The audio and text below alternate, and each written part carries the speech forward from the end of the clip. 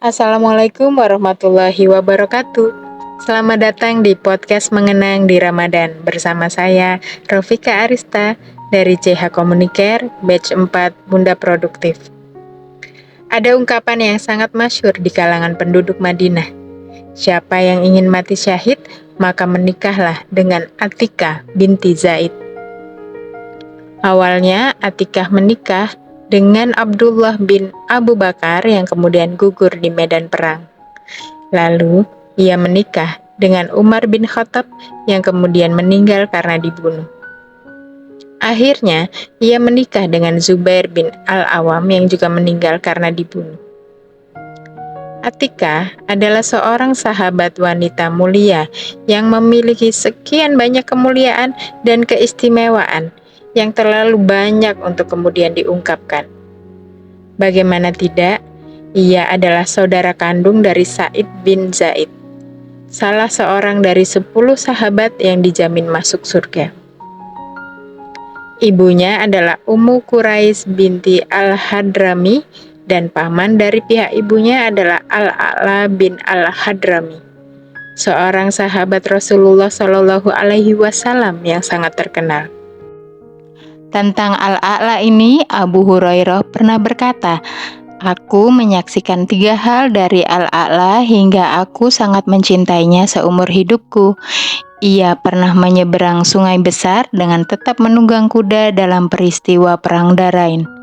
Ketika sampai di Bahrain, ia berdoa kepada Allah.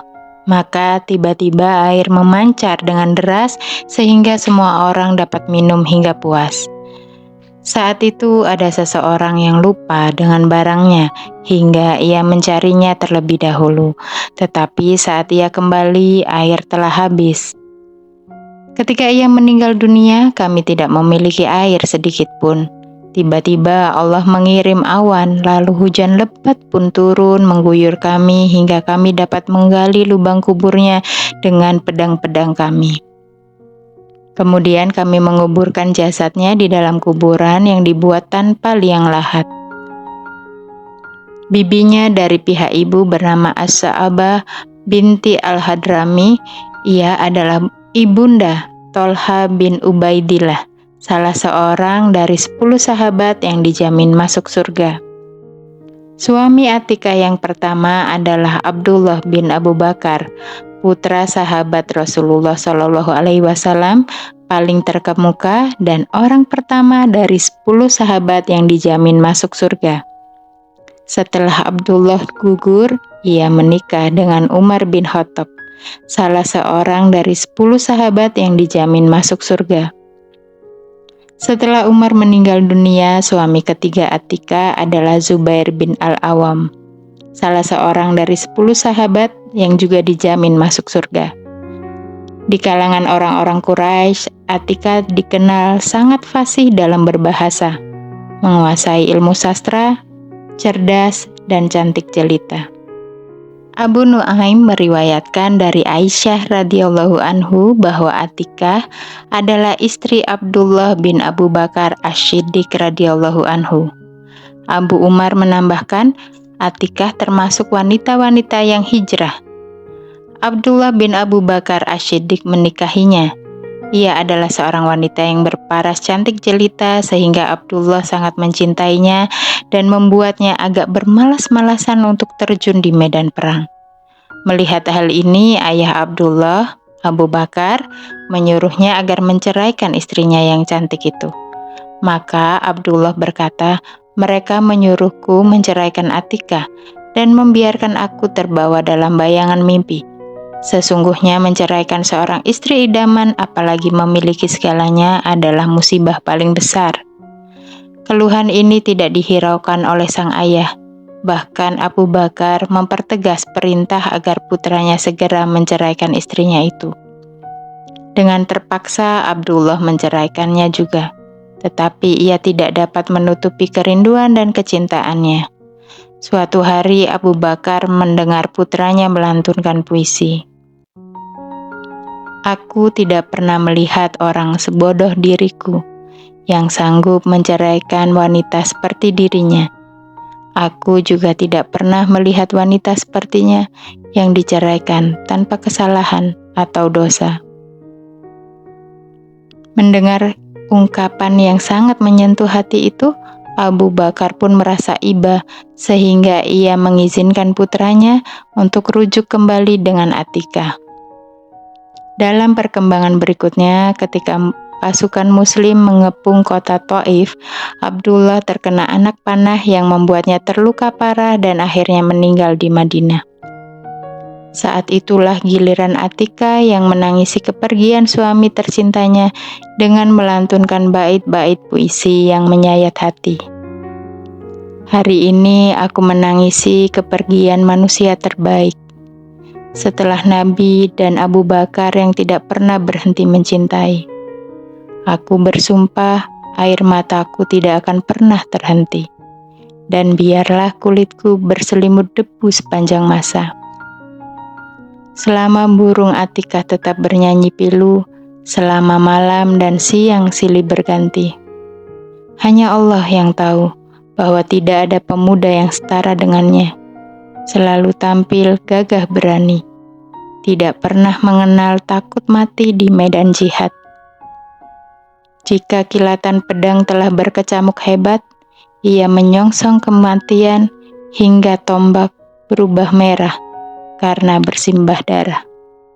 Setelah Abdullah bin Abu Bakar gugur sebagai syahid dan masa idahnya telah berakhir, Umar bin Khattab melamar dan menikahi Atikah.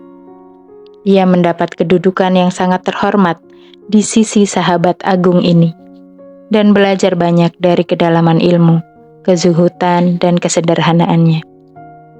Yahya bin Abdurrahman bin Hatib menuturkan, Atikah sangat mencintai Abdullah bin Abu Bakar, begitu pula sebaliknya. Sehingga Abdullah memberinya harta khusus dengan syarat Atikah tidak akan menikah lagi jika ia meninggal dunia lebih dulu. Setelah Abdullah meninggal dunia, Umar mengutus seseorang kepada Atikah untuk menyampaikan pesan. Engkau telah mengharamkan sesuatu yang dihalalkan oleh Allah. Kembalikan harta yang engkau terima dari Abdullah kepada keluarganya. Atikah menuruti saran Umar, lalu Umar melamar dan menikahinya. Abu Umar menyatakan dalam kitab At-Tamhid, ketika Umar melamarnya, Atikah menerima dengan syarat Umar tidak boleh memukulnya, tidak melarangnya melakukan perkara yang benar, dan tidak menghalanginya jika ingin sholat di Masjid Nabawi.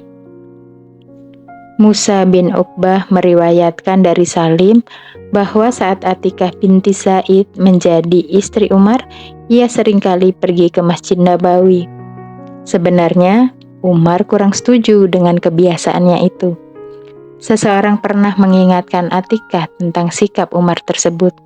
Akan tetapi Atikah menjawab, aku tidak akan meninggalkan kebiasaan ini kecuali jika Umar melarangku secara langsung. Tampaknya Umar juga merasa keberatan untuk melarangnya langsung. Setelah Umar meninggal dunia, Atikah menikah dengan seseorang yang melarangnya melakukan kebiasaannya itu. Aku bertanya kepada Salim, siapakah orang itu? Salim menjawab, Zubair bin Al-Awam. Dalam peristiwa Hajatul Wada atau haji perpisahan, Nabi Shallallahu Alaihi Wasallam menyampaikan pidato-pidato yang sangat penting di depan seluruh sahabatnya. Tampaknya setelah melewati masa perjuangan yang begitu panjang dalam menyampaikan risalah Islam, Rasulullah Shallallahu Alaihi Wasallam ingin mengutarakan nasihat-nasihat terakhir kepada para sahabat. Beliau merasa bahwa tidak lama lagi rombongan ini akan melanjutkan perjalanannya melintasi Sahara kehidupan tanpa kehadirannya. Oleh sebab itu, beliau menyampaikan pesan-pesan penting kepada umatnya, seperti pesan seorang ayah kepada putranya yang akan pergi. Beliau memberi nasihat agar mereka tetap berpegang teguh dengan kebenaran dan menyampaikan hal-hal yang berguna bagi mereka kelak. Adalah kebiasaan Nabi yang baik hati ini. Setiap kali merasa khawatir setan akan mengembuskan bisikan-bisikan jahat kepada manusia, beliau akan segera memberikan peringatan-peringatan tajam dan nasihat-nasihat yang menyentuh dari lubuk hati yang paling dalam. Dalam kesempatan tersebut, beliau menyampaikan petunjuk dan ilmu, membatalkan perkara-perkara yang tidak memiliki dasar yang kuat, dan meminta persaksian dari segenap para sahabatnya bahwa mereka telah mendengar apa yang telah disampaikannya. Sudah 23 tahun Rasulullah Shallallahu Alaihi Wasallam menghubungkan langit dengan bumi dan membacakan ayat-ayat Al-Quran yang diturunkan oleh malaikat Jibril kepada seluruh manusia, baik yang hidup bersamanya maupun yang tinggal di pelosok negeri. Beliau membersihkan noda-noda jahiliyah yang telah merusak semua aspek kehidupan manusia dan mendidik generasi baru dari kalangan masyarakat Arab yang sangat mengerti nilai-nilai kebenaran dan memahami batasan-batasannya. Tidak lama setelah melaksanakan haji wada itu, beliau jatuh sakit. Hanya dalam hitungan hari, beliau menghadap Allah Azza wa Jalla. Berita duka tersebut langsung tersebar ke seluruh pelosok Madinah. Setiap orang tidak kuasa mendengarnya, dan hati mereka tidak sanggup merasakan beban kepiluan yang menyayat. Seluruh kaum muslimin merasakan bahwa cakrawala Madinah telah tertutup dengan kegelapan yang sangat pekat, sehingga mereka tampak sangat kebingungan dan tidak mengerti apa yang seharusnya dilakukan. Ketika mendengar berita duka tersebut, Umar bin Khattab berdiri. Ia seperti kehilangan kesadarannya. Seraya berkata, sesungguhnya sekelompok orang munafik menyebarkan berita bahwa Rasulullah Shallallahu Alaihi Wasallam telah wafat. Ketahuilah, sesungguhnya Rasulullah Shallallahu Alaihi Wasallam tidak wafat, melainkan sedang menemui Tuhannya. Seperti yang pernah dilakukan oleh Musa bin Imran. Ia meninggalkan kaumnya selama 40 hari, kemudian kembali lagi setelah kaumnya mengira ia telah mati. Demi Allah, Rasulullah Shallallahu Alaihi Wasallam juga akan kembali lagi. Beliau akan memotong tangan dan kaki orang-orang yang menganggapnya telah meninggal dunia. Atikah sangat sedih dengan kematian Rasulullah Shallallahu Alaihi Wasallam sehingga hatinya nyaris luluh, seperti disayat sembilu. Ia mengungkapkan kesedihannya dalam beberapa bait puisi yang menyayat hati. Sore itu semua tunggangannya merasa kehilangan, karena selama ini mereka dinaiki oleh Tuhan yang paling baik hati. Sore itu semuanya menangisi sang tuan. Air mata meluncur deras tanpa henti. Sore itu, istri-istrimu belum sanggup menguasai diri. Karena kepiluan hati atas musibah terbesar agama ini. Sore itu, semua wajah tampak pucat pasi, seperti warna pedang yang tidak terpakai lagi. Mereka merasakan kepedihan yang tidak terperi. Hanya lubuk hati yang dapat mengukur kapan akan berhenti. Beliau adalah manusia utama dan junjungan pilihan, pembawa ajaran yang menghimpun segala kebenaran. Apalah arti hidupku setelah sang Rasul pergi? Kepergiannya seakan telah menggiring kematianku sendiri. Setelah melewati masa yang cukup panjang dan penuh berkah, perempuan yang sedang kita kenang ini terbaring sakit untuk menghadap Tuhannya. Atikah meninggal dunia pada awal pemerintahan Muawiyah bin Abu Sufyan, yakni pada 41 Hijriyah. Semoga Allah meridhoi dan membuatnya ridho. Semoga surga Firdaus menjadi tempat peristirahatan terakhirnya. Sekian podcast mengenang kita malam ini. Wassalamualaikum warahmatullahi wabarakatuh.